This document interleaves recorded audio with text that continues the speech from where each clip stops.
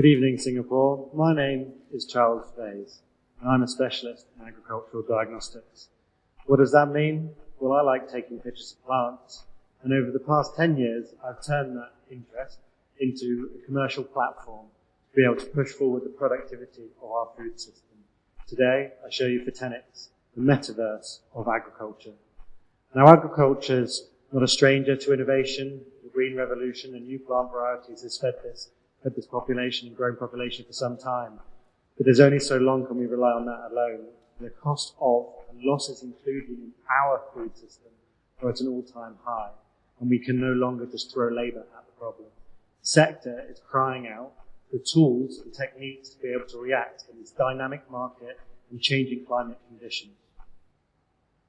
Automation has been a technique which has been used in the sector to try and reduce this reliance on labour. Spray booms, like the one behind me shown in a major European lettuce producer, are becoming more common. Producers are able to react more dynamically to changes in pests and disease. At Fotenix, we look to use this existing infrastructure and mount our low-cost and low-profile hardware with small cameras, just like the ones on your camera phone, with LEDs across the visible and spectrum and beyond. What this allows us to do is create a data acquisition which is uploaded, which is when the fun starts. We were able to reconstruct virtual versions of each individual plant, which allows us to interrogate and build machine learning models for particular pests, disease, even flavour profiles.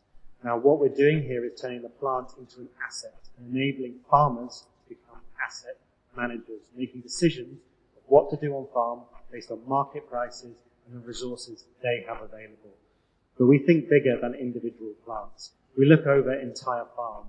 We can create maps, hotspots to say where, and most importantly, when something happens, to inform treatment and also to help support future practices.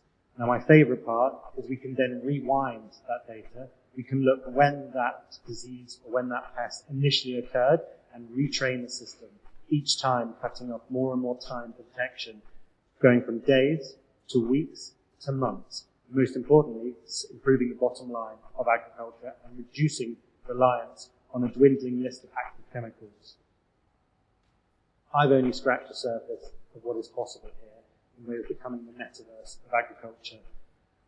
With the increasing availability of cloud partners and connectivity of sites, the opportunities really are endless. And there is a reason why the two biggest seed breeders on the globe use this to accelerate their breeding platform.